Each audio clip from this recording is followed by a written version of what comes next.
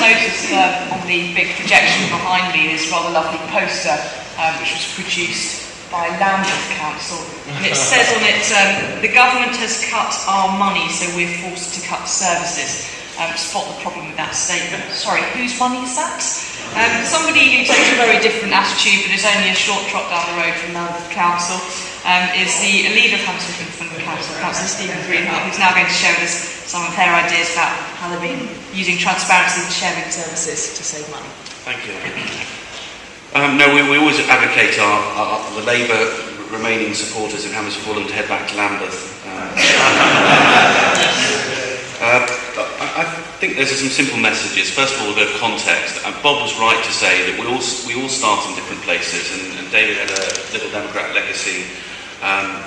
We had to contend with a Labour legacy, a bit like the incoming coalition government, and except that it had been twice as long. I mean, there had been a Labour majority administration, 20 years on the spin, and apart from an interim minority kind of proto-coalition period in the early 80s, it'd also been Labour all the way back to 71, and in fact the last majority administration in Hammersmith and Fulham was from 68 to 71, and they got booted out. I think we lost a lot of seats. Bob remembers this, he's old enough. 71 was a bad year.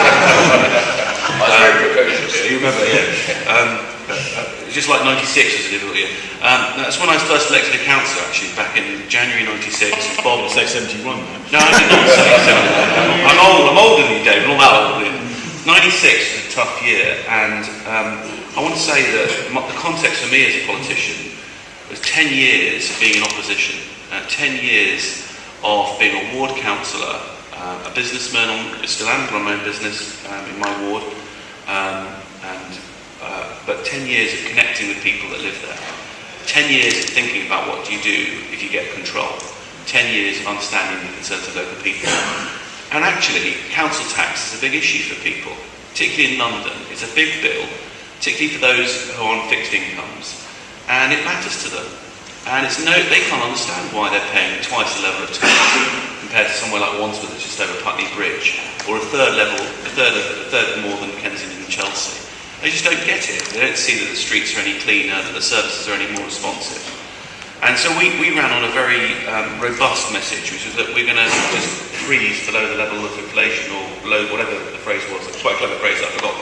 And we were just going to cut council tax. I mean, we did not understand why it should be as high. We're going to cut it, get it down over 2 terms towards the level of Kensington, Chelsea, to Wandsworth and Westminster.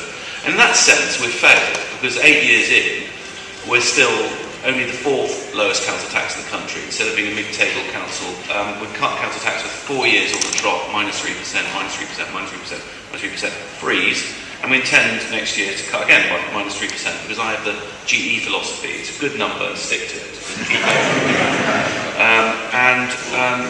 And we will be lower than Kensington and Chelsea, within about £4 or £5 a bandy. Our average tax will be lower than them, but we'll overtake them, and we will be heading down to the Wandsworth and Westminsters in half the time it took Wandsworth to get there, frankly. And that's the context. And what's the message? Well, the message is simple, really. You've had lots of ideas, but you don't achieve any of them without control.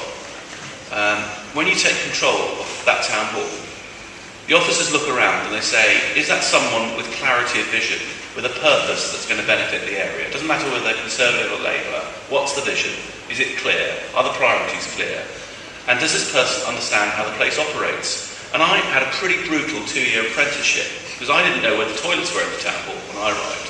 I didn't know where the officers were, I didn't know any of the officers, they all feared us, they'd all been told we were going to sack everybody, we were going to pillage the place.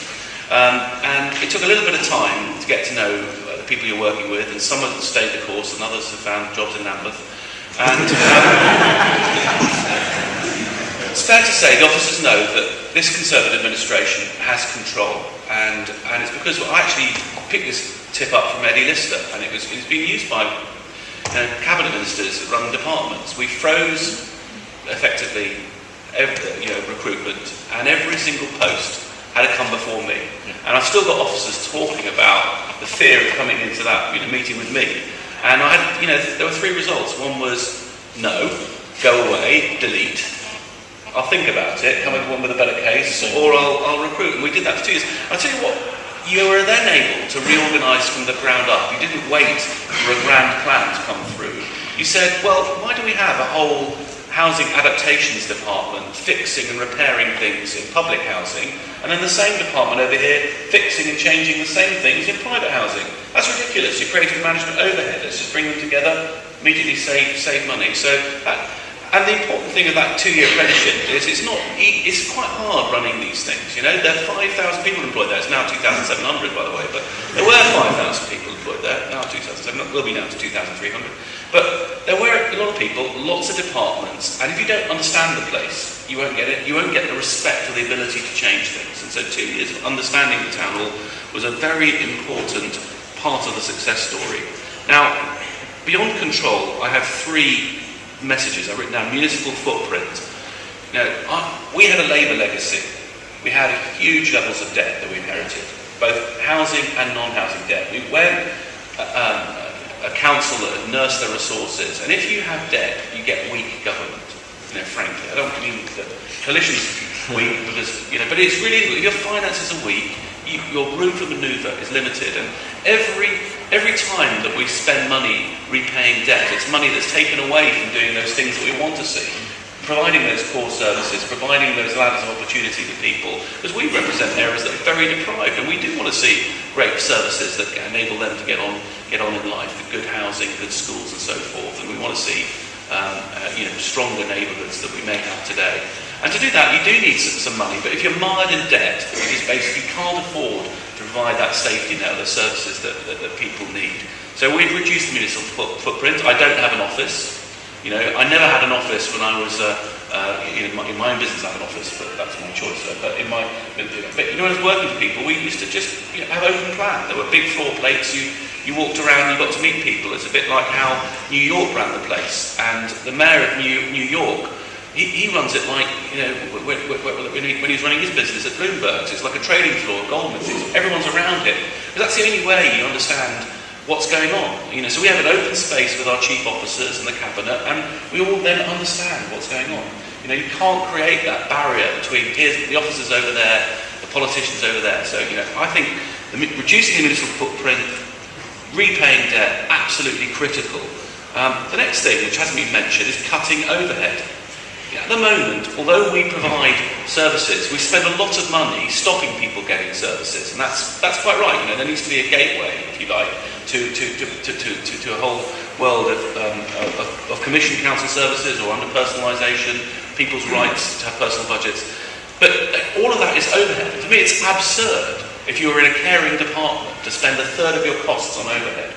And that's why we've been looking at things like tri-borough, combining services with our neighbours, Kensington and Chelsea, with Westminster, because you take out the senior management costs. In about 3 years' time, I can honestly hand on heart say we will have the leanest overheads of any council in London, having had some of the biggest overheads, because we had the political courage with like-minded Conservative councils to bring together departments that effectively have to do the same thing, to cut management overhead.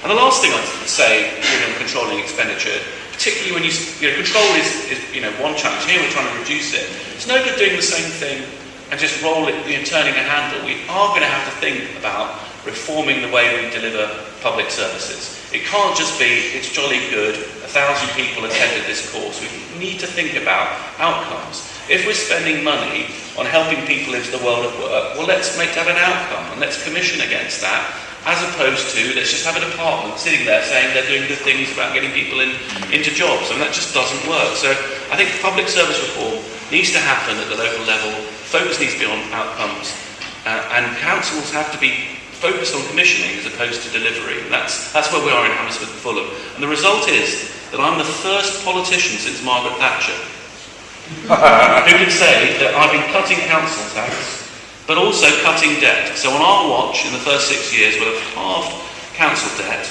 That means there's an extra £7 million in frontline services, and we'll reduce council tax 5 out of 6 years. That's not bad.